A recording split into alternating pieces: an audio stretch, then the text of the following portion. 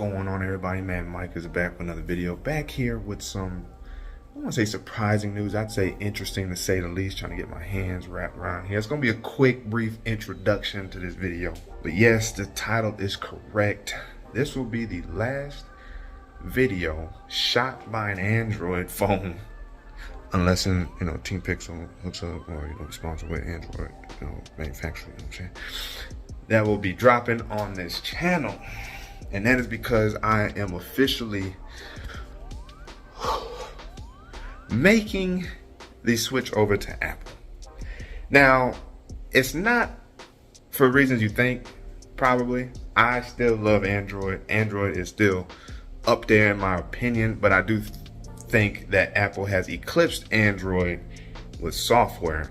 And when you look at how Android has trajected the last few years, they really kind of stifled growth or peaked in terms of software features and innovation within that specific area for the last few years. While Apple, biding their time, has looked at areas in which could be improved on in software, including, as I heard in Jay Will's video, which I agreed with, but I did not agree with his perspective on in terms of whether or not it was good or bad.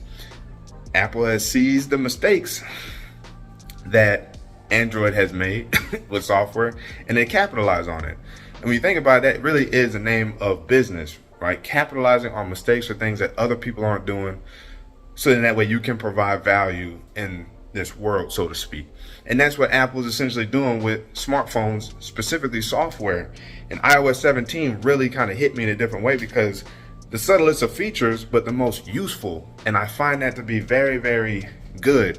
And they're very keen on what would attract users to stay on their platform and maybe even to come over, like live voicemail, name drop, just to name a few. The iMessage still continue to get buffed up.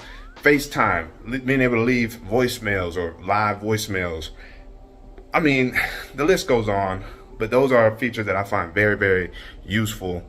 And since iOS 14, I had kind of Apple kind of piqued my interest again with their devices, and of course the iPhones look really good. So I finally decided to make the switch, and I make the switch now because I'm basically just swapping out my phone, because I am still kind of using my carrier, T-Mobile, and I got the iPhone 14 Pro in anticipation of the iPhone 15 to see what they're doing there and if there is a potential Ultra model. But I got the iPhone 14 Pro. You'll see the color, 512 gigabytes, and this is the journey that I'm taking into the Apple ecosystem. You guys know I did join Apple a little bit ago, and I definitely respected them after using the iPhone XR for like 5 to 6 months.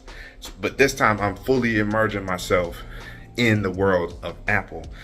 Phone, tablet, watch, accessories, AirPods, as long as my ears like them, laptop, you know what I'm saying? I'm going fully loaded. Of course, it's gonna take time to get a lot of that, because of course playing in Apple's world is very expensive.